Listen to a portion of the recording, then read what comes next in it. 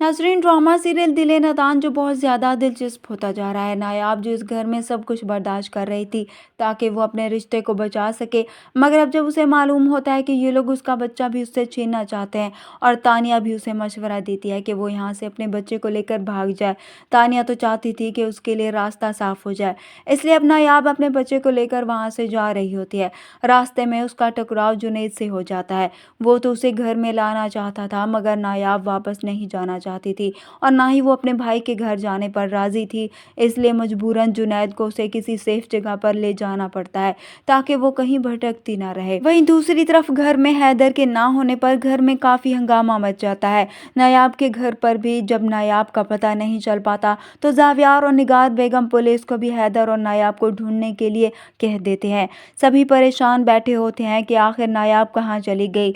तो तानिया जो सबके जहन में ये बात भी डाल देगी कि हो सकता है वो किसी के साथ चली गई हो, क्योंकि इतनी चालाक और होशियार तो वो है नहीं कि अकेले ही घर से चल पड़े। ज़रूर उसके साथ कोई मिला हुआ है, हो सकता है जिसके ज़रिए वो यहाँ से चली गई, जिससे अब जावियार भी इसी शक में पड़ जाएगा कि ऐसा हो सकता है। उधर नायाब की दादी और भाभी भी नायाब के लिए परेशान होते हैं कि अगर नायाब ना मिली तो उसकी सास और शोहर उनको ही जिम्मेदार समझेंगे और उन पर प्रेशर भी डाला होता है।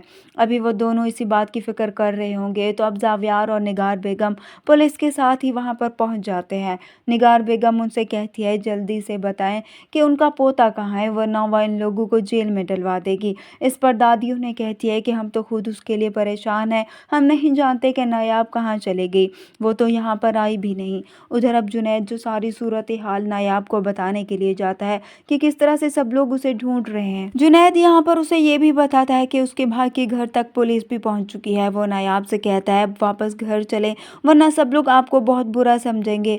अभी जुनैद वहां पर मौजूद ही होता है कि जावियार का फोन आ जाता है। वो जुनैद से पूछता है कि तुम्हें कहीं से कुछ पता चला हैदर का, और इसी दौरान हैदर रोने लगता है।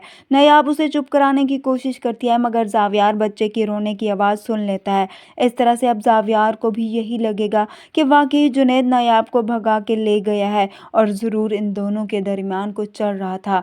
यहीं पर अब तानिया की बात सच हो जाएगी और इनके दरमियान गलतफहमी पैदा हो जाएगी और हो सकता है जावियार नायाब को छोड़ने में देर ना लगाए।